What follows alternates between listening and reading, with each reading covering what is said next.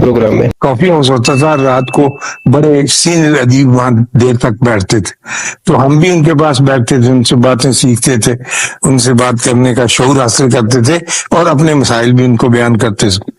راجندر سنگھ بیدی اس زمانے میں ہمارے بہت گریٹ، وہ یہاں رشی نگر ڈاکانے میں کام کرتے تھے۔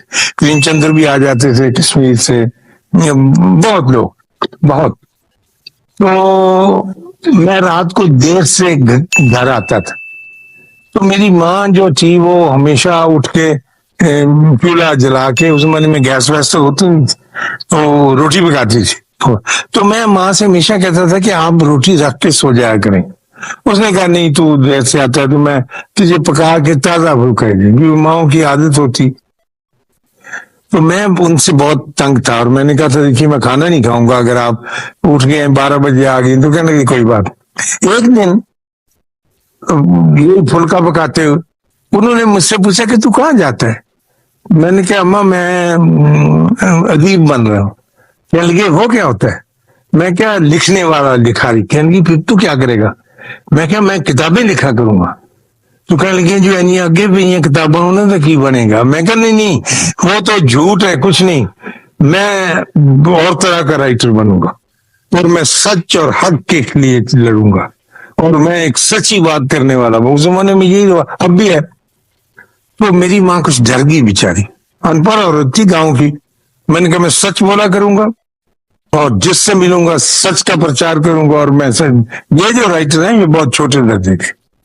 تو مجھے یاد ہے اس کے چمٹے میں پھولی ہوئی روٹی تھی، تو اس نے میری طرف دیکھا چورا کر کے، تو کہنے لگی کہ اگر تو نے یہی بننا ہے جو تو کہتا ہے، اور تو نے سچ ہی بولنا ہے، تو اپنے بارے میں سچ بولنا، لوگوں کے بارے میں بولنا نہ شروع کر دینا۔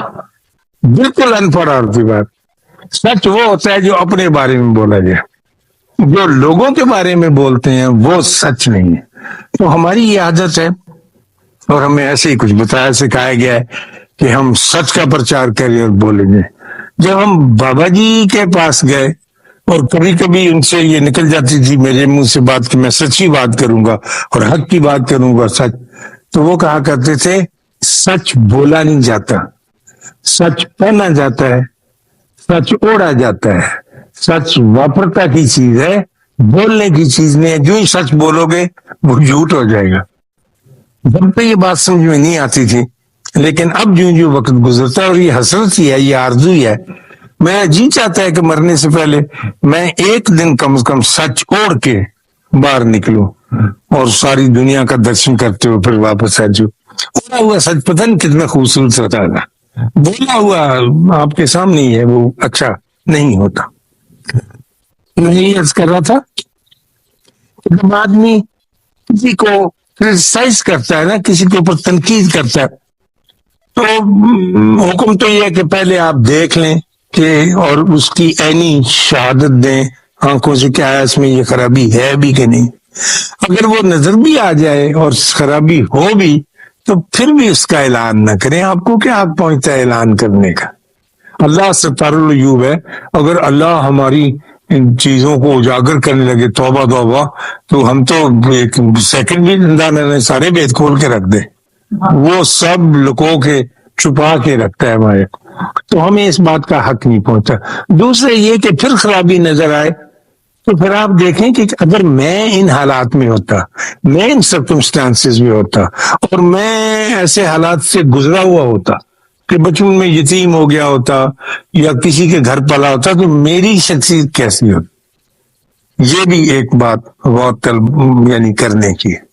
اور تیسری بات جیسے میں پہلے عرض کر رہا تھا کہ بہت ممکن ہے کہ آپ کی آنکھ جو ہے اس میں ٹیڑھ ہو اور اس بندے میں ٹیڑھ نہ ہو۔ تو اس سے مجھے ایک اپنا اور ذاتی واقعہ نہیں بھولتا، وہ یہ کہ ایک زمانے میں ہم سمن آباد میں رہتے تھے، لاہور میں ایک جگہ ہے سمن آباد، وہ نیا نیا آباد ہو رہا تھا، اچھا پوش علاقہ تھا۔ وہاں ایک بی بی آ کے رہی، ایک بڑی خوبصورت، بہت ہی ماڈرن قسم کی ایک بیوہ عورت، بڑی نو عمر، اس کے 2 بچے سے۔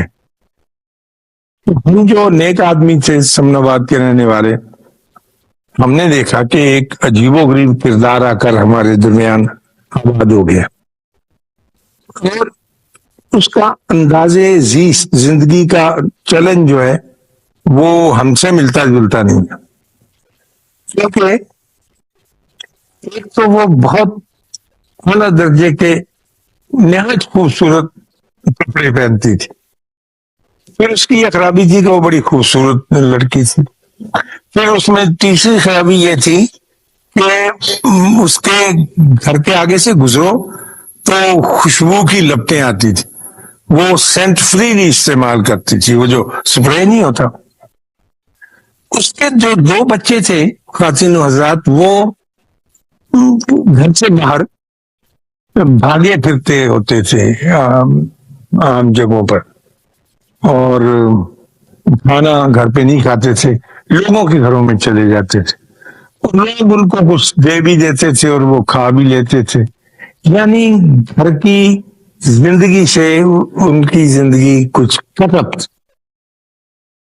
اور یہ ہم نے دیکھا کہ اس خاتون کو کچھ عجیب و غریب قسم کے مرد بھی ملنے آتے تھے، یعنی ان کی گاڑی، مثلا جو گھر کا عزیز رشتہ اس کی گاڑی کا نمبر آپ جان جاتے ہیں، ان کے ہاں مختلف نمبرز کی گاڑیاں آ کے کھڑی ہوتی تھی، پھر ایک آدمی وہاں گیا ہے، وہ نکلا، پھر دوسرا۔ تو ظاہر ہے ہم جیسے بڑے آدمی تو آپ کو اچھا نتیجہ نہیں نکال سکتے، وہ ان کے بارے میں ہم ایسا ہی رویہ تھا جیسا اب آپ کو میں یہ کہانی سنا رہا ہوں، تو آپ کے دل میں بھی لا مالا یہی خیال آتا ہے کہ ایسے ہی ہوگا۔ تو ہمارے گھروں میں آپس میں جمعے کے وقت مسجد میں بھی میں گوئیاں ہوتی تھی کہ یہ کون آ گیا ہے جو ہمارے اس علاقے میں آ کر آباد ہو گیا۔ مزیدار بہت محنت سے توجہ سے ایک قسم کے چمٹی سے گیدڑ نکالتے رہتا ہوں۔ تو ایک دن وہ گئی، اچھا، اور لیٹ کے صوفے کے اوپر میں دیکھتا تھا کھڑکی سی بڑی ساری جو گھروں نے لیا، وہ ناول جاسوسی پڑھتی رہتی، کوئی کام نہیں کر کرتی تھی یار، کوئی چولہا چونکا ہو۔ بچے اس کے بچوں کو کئی دفعہ کہتی تھی کہ نکل جاؤ نکل جاؤ۔ تو ایک دن وہ گر گئی سبزی کی دکان پر، تو اٹھا کے لوگوں نے چھینٹے وینٹے مارے تو لگا کے رکھا، تو 3 دن کے بعد وہ فوت ہو گئی، اچھی صحت میں چل۔ تو وہ جو بندے آتے تھے وہی ان کو دفن کے لیے لے گئے، تو پتا چلا کہ وہ ایک جو بندہ ان کے ہاں آنے والا تھا وہ ان کا فیملی ڈاکٹر تھا، جو اس کی حفاظت پر دیکھ بھال پر مامور تھا۔ اس عورت کو ایک ایسی بیماری تھی کہ جس کا کوئی علاج نہیں تھا، کینسر کی ایسی خوفناک صورت تھی سکن وغیرہ کی کہ اس کے بدن سے بدبو بھی آتی رہتی تھی، جسم پر زخم ایسے تھے، اور اسے سپرے کرنا پڑتا تھا اپنا، تاکہ کوئی قریب کھڑے یا وہ نکلے تو اس کو تکلیف نہ ہو۔ اور اس کا لباس اس لیے ہلکا ہوتا تھا کہ غالباً بدن کو چبھتا تھا، جو بھی سکن میں ڈیزیز اس کی پیدا ہوئی تھی۔ دوسرا اس کے گھر آنے والا اس کا وکیل تھا، جو ہر دوسرے دن آتا تھا، جو اس کی نگہبانی کرتا تھا اس کے حقوق کی، اور جو اس کا خاوند مقرر کر گیا تھا جو اس کے پیسے لا کے دینے۔ تیسرا اس کے خاوند کا چھوٹا بھائی تھا جو اپنی بھابھی کو ملنے آتا۔ تو ہم نے اس سے یہ اندازے لگا لیے جو میں نے آپ کے سامنے بیان کیے، اور اس نیک پاک اور کو جب اس پہ دورہ پڑتا تھا تو وہ بچوں کو دھکے مار کے باہر نکال دیتی، باہر جا کے کھیلو، باہر جا کے، تڑپنے کے لیے وہ اپنے دروازے بند کر کے اندر۔ تو میرا مطلب عرض کرنے کا یہ تھا کہ ہم تنقید کا کام یا نقص نکالنے کا کام اللہ پر چھوڑیں، اس نے اس کے لیے ایک وقت مقرر کیا ہوا ہے، وہ جانے اور اس کا کام جانے۔ ہم اللہ کا بوجھ اپنے کندھوں پر نہ اٹھائیں، کیونکہ اس کا بوجھ اٹھانے سے آدمی سارے کا سارا چبا ہو جاتا ہے، چبا سمجھتے کمزور ہو جاتا ہے، مر جاتا ہے۔ اللہ آپ کو آسانی عطا فرمائے اور آسانیاں تقسیم کرنے کا شرف عطا فرمائے. اللہ حافظ.